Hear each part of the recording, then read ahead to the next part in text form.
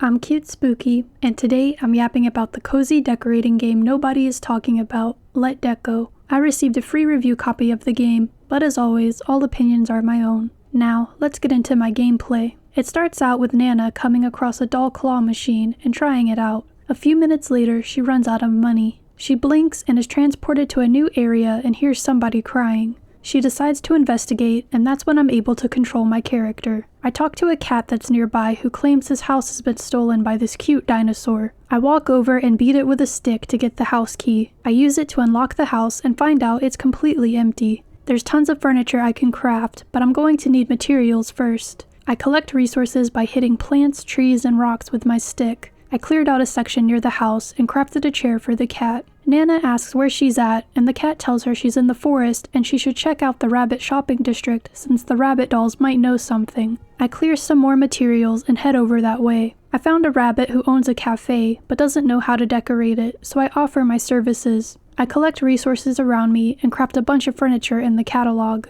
I head back over to the cat's house to decorate. Unfortunately, you can't place items on top of other items, so that limits what I can do. You're also limited on how many items you can carry in your bag at a time, so crafting in bulk can be wasteful. You'll want to craft items you know you're going to place down, or you can always discard them to make more room. You can press R to rotate items, but they only face 2 different directions, which is also limiting. Taking all of that into consideration, this is what the final result looked like. I found a new method of collecting materials, which is to just hold down the collect button as you walk around to quickly gather items. I also discovered a way to sort decorative items by character, but it still seemed like there were too many items to craft for just one house. I decorated Cheese Cat's house enough to earn a reward, which I claimed from the housing menu. It was a helmet which could be equipped. This helmet was actually meant for a rock falling section of the game I'd encounter later, but I got through it without it and earned an achievement for doing so. I discovered another tab in the menu that allows you to craft wallpaper and flooring, so I added the finishing touches to Cheese Cat's house.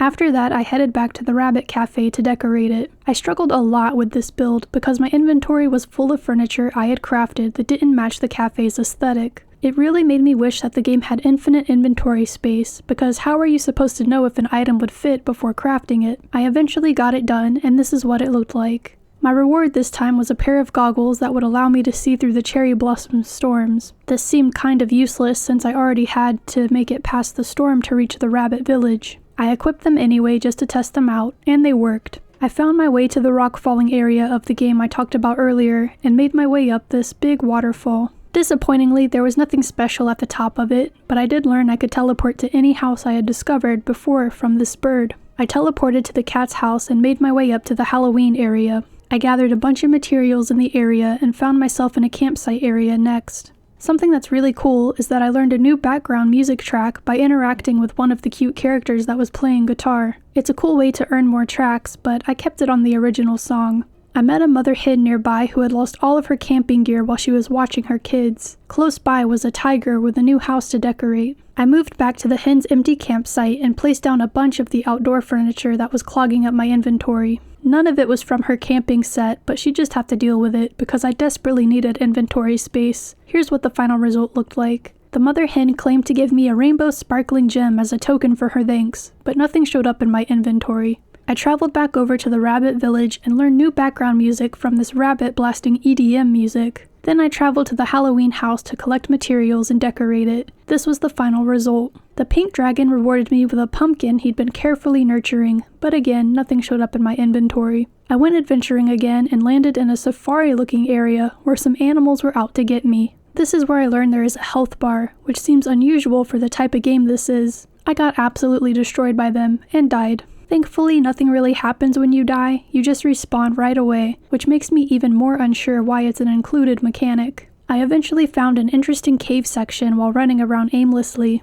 but it was completely dark. I figured I'd need a special item to light up the area, and decided to leave. I teleported back to the tiger's house and got to collecting materials so I'd be able to decorate it. While doing that, I ventured further north into a snowy area where I participated in a snowball battle. I didn't earn anything for winning, but it was a fun little activity. I found a house nearby, but died on my way over to it because I guess it was too cold in the surrounding area. I'd probably need a special item to get through the cold. I was determined to get in without finding the special item first. I talked to the snowman I defeated during the snowball challenge and he handed me the key. I quickly unlocked the door and headed inside before the cold could kill me. Thankfully, the cold couldn't get to me inside, so I'd be able to decorate it. There was a bunch of big furniture in the catalog, so I placed a bunch of it outside the house. I had to do it quickly though, because the cold still had it out for me. After decorating the house, the snowman rewarded me with a lantern. That helped me in the desert area. I moved over to the tiger's house to decorate it next. He rewarded me with a hand warmer, which would have helped me in the snowy area had I not already completed it.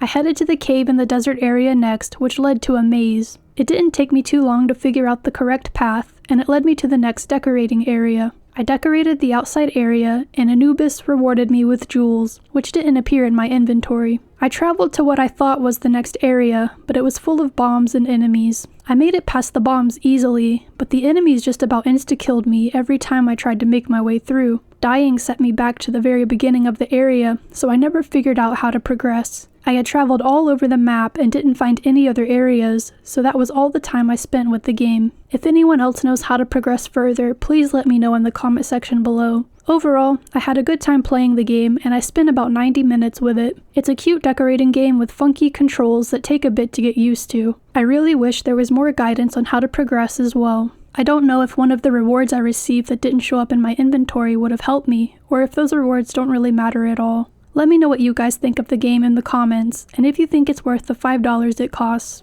I'll have a link to the game in the description box if you want to check it out for yourself. If you like the video, press the like. If you want to see more of me, subscribe. I cover cozy games, RPGs, and visual novels. Bye guys!